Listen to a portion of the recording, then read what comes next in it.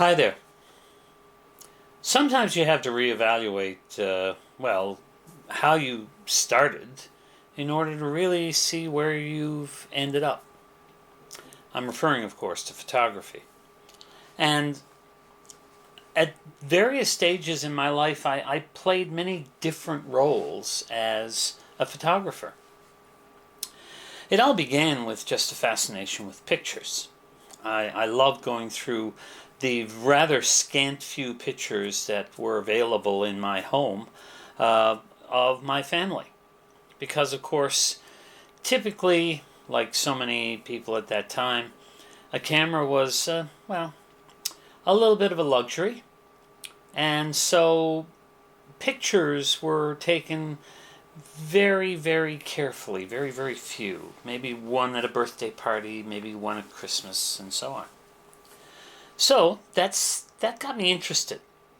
Then I would see in magazines cameras, ads usually in the back.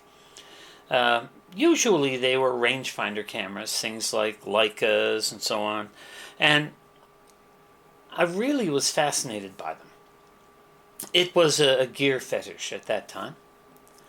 Finally, I got myself a little Kodak Instamatic X15. My first real camera that was my very own. I took a lot of pictures with it. It was a learning experience. Many of the pictures weren't that great, but at least I had pictures. Eventually, I finished university, I got a job, I saved a little bit of money, and I went out and bought for myself an SLR camera. That first SLR camera was a Mamiya Secor camera. I had it for a brief period because I had an opportunity to purchase a better camera and to trade away the Mamiya for a 2¼ square twin lens reflex, a Yashica D. So, armed with a Yashica D and an Argus screw mount camera with 3 lenses, I thought I was all set. I had a 35mm lens, a 50mm lens, and an 80 to 200, I think it was, or maybe 80 to 210 millimeter zoom. The zoom was terrible. I got very few decent pictures from it. I ended up using the 50 for almost everything. Well, shortly after that, maybe about 2 years later, I finally purchased the system that would stay with me for a very long time. I purchased a Pentax ME Super. On that ME Super was a very nice f1.7 50mm lens. I purchased a Reconon XR 28mm f2.8, and I had a Vivitar 70 to 150 f3.8, I believe it was. Again, it was a fixed aperture, it was not a variable aperture zoom. Anyhow, that lasted me for a very long time, as I said. I added a K1000 a couple of years later. I had some accessories for the ME Super, like the winder. And I ended up getting a Vivitar 285 flash unit. And that was my gear for many, many years. In fact, that took me from the early 1980s right on up until the late 1990s. And it wasn't until the late 1990s that I purchased a zoom lens for the Pentax, a 28 to 70, I think it was, or a 28 to 80. And I purchased my first autofocus camera, a used Minolta Maxim 5000. That's when the gear fetish struck again.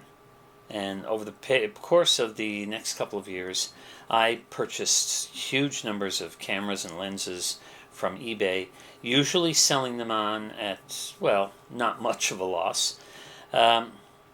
Finally, it got to the point where I just stuck with, again, my Pentax. I had a couple of digital point-and-shoots.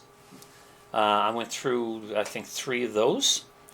The last one being a Fuji S7000, which was actually a very nice camera.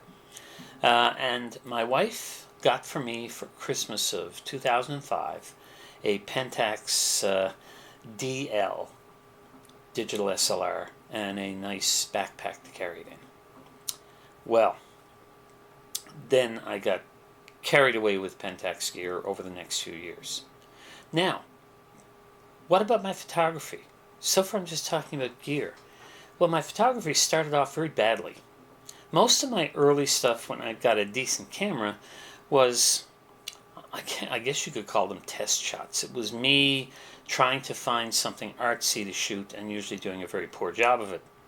I even set up a darkroom and tried black and white for a while, but I just wasn't really cut out for that. It was a little bit too time consuming, and I didn't really have a good space to set it up in, so that fell behind after a while. Meanwhile, eventually, of course, family came along, kids came along, and suddenly photography became, I became the family archivist. I was the guy who took pictures at all the special events, and the result is now we have album after album filled with prints over all of those years. There are some very nice people pictures, there are some very great memories in there. They are probably the most important pictures I have ever taken, but they're not art. Well, at least most of them aren't. When I got into digital at first, digital SLRs, I got really carried away with what I could do and all the things I could gather up and all the things I could buy. And I ran into a person who kept upgrading, and she would sell me her old camera every time. So I kept upgrading my Pentax gear. Till finally I realized that I had a tremendous amount of gear, most of which was never used. It hardly ever came out. I took it out now and then just to make sure it still worked. So I started selling it off, and I started concentrating a little more on the pictures I was taking and a little less on the gear I was taking it with. Now, I'm not cured. I have purchased a couple too many lenses for Sony recently. My Olympus gear is somewhat stabilized. And I am now really trying, whenever I point a camera at something, I try to think, what is the best way I can compose this? What's in the background? What can I leave out? What can I keep in? Should I shoot this wide? Should I shoot this long? These are things now that I'm considering with each shot. Will I become a better photographer? Well, there's a better chance of me becoming a better photographer this way than just by buying more gear. Anyhow, the result is that I now have a couple of simple kits put together that I can grab and go when I leave the house. One is an Olympus with a 25mm f1.7, a very standard focal length, equivalent to the old nifty 50. That's one that I find very easy to use because I shot most of my things in the past with a 50mm lens. I also have the Sony that's shooting us right now has the 23mm lens attached. That is the lens that the lens and camera that I use now when I'm going out for events where I know I'm going to be in a small space or I'm going to need a fast aperture. It's also, of course, the best combination for street photography, I believe. My third kit, to call it anything else, I don't know, is an older Sony NEX6 with a 16mm f2.8. The very wide view and the very compact package make it a great camera to just take with me almost anywhere. If you're not quite sure what you're going to be doing, that'll pretty much take care of it and keeps a small enough footprint that you're not lugging around a big camera. There's not a lot of weight involved. There's not a lot of size involved. I mean, the thing can fit in a big coat pocket. So, I'm thinking about the images now.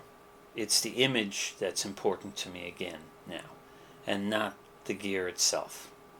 Now, will I slip back into my gear acquisition syndrome? Absolutely certain I will. Am I over this latest batch? Hopefully. Have I gotten rid of a lot of gear? Yes. All of my Pentax gear, with the exception of a couple of film cameras, have left. They've all found new homes. Hopefully their new owners are having a lot of fun with them. Meanwhile, I'm now a mirrorless shooter. I like some of the advantages of mirrorless, and I'm hoping that this little look into how I got to where I am is of some use to you. So, what were my stages? I started out as a gear geek. Well, no, I started out enjoying pictures. I then became a gear geek. I then became a family archivist. I then went back to being a gear geek again. And now I'm still holding the role of family archivist because, as I said, that's the most important role I have as a photographer. But now I'm also going out and being a little more thoughtful about the images I'm shooting, a little more careful about how I'm shooting them, hopefully producing better results because of that. Well, if you enjoyed these miscellaneous ramblings of an old guy who's been around cameras too long, please give it a like. If you would like to see more of my videos, then of course subscribe to my channel. And if you think anybody would find this particular video or any of my other videos interesting, then by all means share them. Well, bye for now.